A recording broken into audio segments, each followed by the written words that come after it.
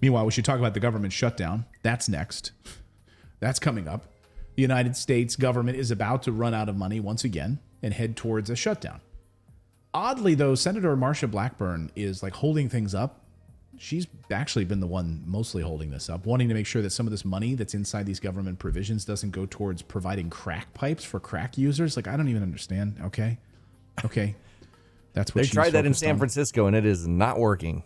Yeah, let's give crack pipes. So she's concerned about that. I get it. All right. But you always got to have a hill to die on. That's hers, right? Crack pipes to crackheads. Okay. All right. That's her hill to die on. Anyway, but perhaps the bigger battle is unfolding right now between Republicans and President Biden over vaccine mandates for government workers. So we could end up, guys, seeing a government shutdown if Republicans don't get some movement on this issue. Now, we've already seen a lot of healthcare workers and other government employees quitting over these vaccine mandates. Well, now we've got a list of senators this morning who are drawing their line in the sand on this. Senator Mike Lee of Utah, Roger Marshall of Kansas, Cynthia Loomis of Wyoming, Mike Braun of Indiana. Mike Braun, of Indiana. Rand Paul of Kentucky, Ted Cruz of Texas. They all sent a Dear Colleague letter yesterday, basically, suggesting that they will not sign any government funding bill unless there's legislation in place that strips money for the Biden administration's implementation of this vaccine mandate for military, medical workers, federal employees, and contractors. The letter is pretty detailed, and it says, look, GOP would settle for an amendment vote calling for a defunding of this mandate, just like they did when they previously raised this threat before. Like, hey, we'll add it in as an amendment, add this in, but we cannot have the federal government funding these mandates.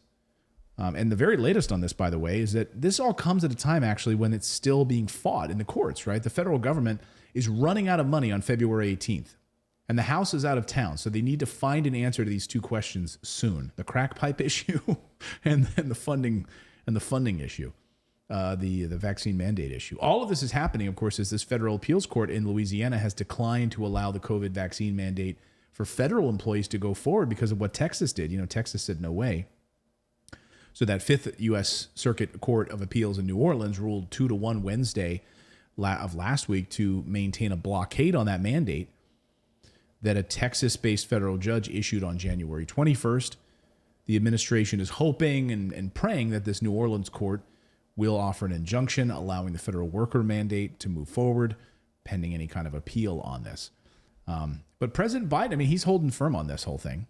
Right? Well, he announced they back gotta in hurry. September. They got to hurry because that, Pfizer Moderna information is going to be coming out soon. So they got to get as much money as they can before that comes out and the whole thing starts to fall apart. Yeah, let's unpack that a little bit. So interestingly, over the past 24 hours, we heard reports.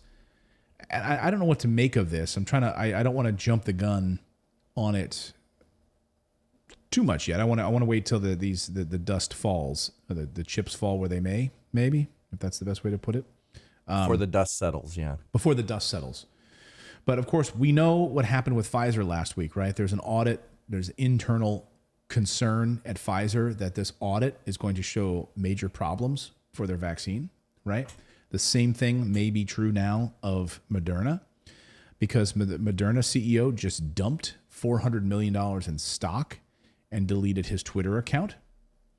Days after Pfizer admitted a safety audit could wipe billions off their stock market valuation, Moderna CEO Stefani Bankel dumped hundreds of millions of dollars in stock and then deleted his Twitter account.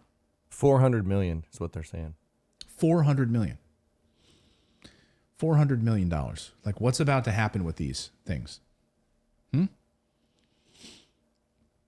It also comes at a time when Johnson & Johnson, continuing its Texas two-step, trying to break off part of its company where its talcum powder side of its business, which has been linked to cancer, like they're breaking that off as a separate company so it can be sued separately. Like Big Pharma. Big Pharma looking out for you. President Biden announced in September that more than 3.5 million federal workers were required to undergo vaccinations with no option to get regularly tested. Right? You couldn't just come in every day and get a test real quick and go on to work. No. Now, unless they has some sort of a medical or religious exemption, but we know that those religious exemptions or medical exemptions in many cases are being ignored. And it's almost impossible to get these medical exemptions. A lot of doctors are finding out that if they provide medical exemptions for vaccines, they're basically being outcast at their hospital.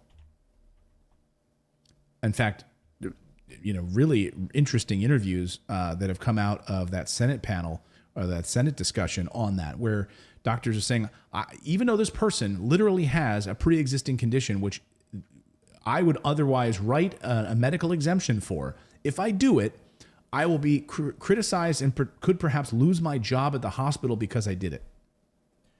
Well, and for me, the minute that we saw that the FDA was trying to block information coming out until 2055, that alone told me that there's something nefarious going on here, because that means there's something they don't want us to know. And they why 2055? Because that's when the patents would, like, did they want to wait till 2055 to let us get information on how these drugs were able to bypass phase 3 of trials and be approved?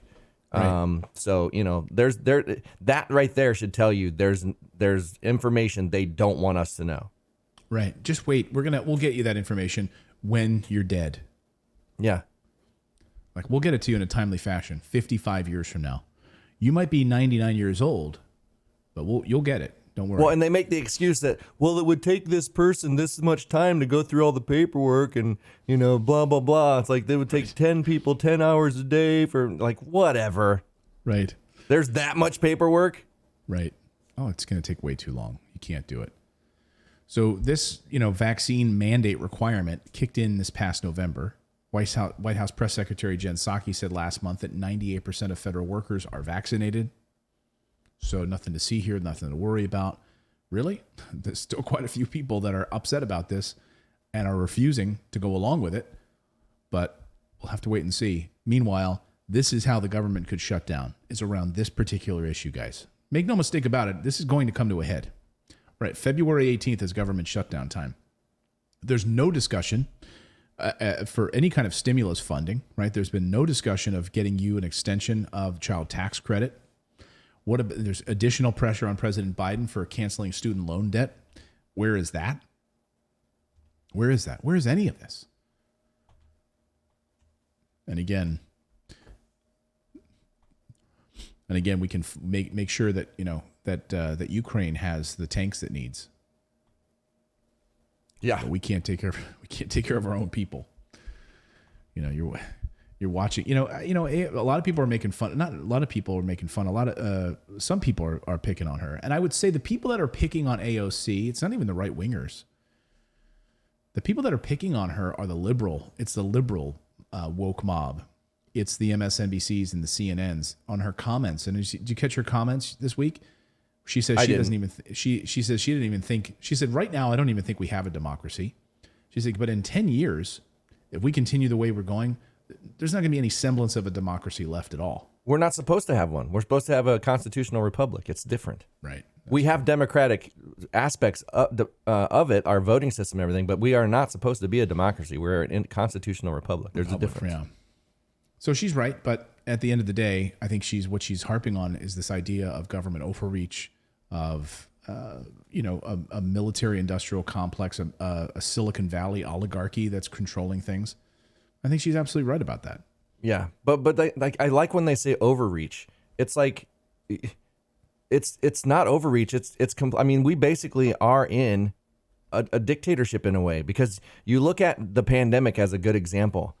Like or I would say more of a fascist government is what we have, because the corporations are continually taken care of. They continually get all of our money and we get nothing. We get scraps. We have people that, like, we're sending all this money and we have starving people in the United States. We have people that can't find homes. We have military veterans living on the street. We have military veterans who cannot get access to health care in the United States. And we're saying there's overreach. Right. She says she blames the surge in crime on child tax credits expiring. She says the U.S. will have she doesn't think the U.S. will have a democracy in 10 years. Calls Congress an crap show full of self-delusion. We don't have one now. Yeah. Yep. She says, we already have it happening in Texas, where Jim Crow-style disenfranchisement laws have already been proposed. And she goes on. So let us know your thoughts on that. But that's where we are right now with the government shutdown. So a few more days, we'll see if there's any movement towards child tax credits, additional child tax credit, any additional stimulus plan for the American people. Where are we at on infrastructure rollouts? I'd like to know where we are with these projects, right? These shovel-ready projects, where we are with all of that. We spend trillions of dollars. What do we get for that? What do we have to show for that at the end of the day? And how much are we still printing on a monthly basis for Wall Street? Yeah, exactly. If you like this content, be sure to subscribe to the channel. Also, we have a membership program. For the price of a cup of coffee once a month, you can support independent journalism just by going to morninginvest.com/join. You get access to exclusive videos, plus the ability to join and chat with us live. We really appreciate your subscription, and you are supporting independent journalism.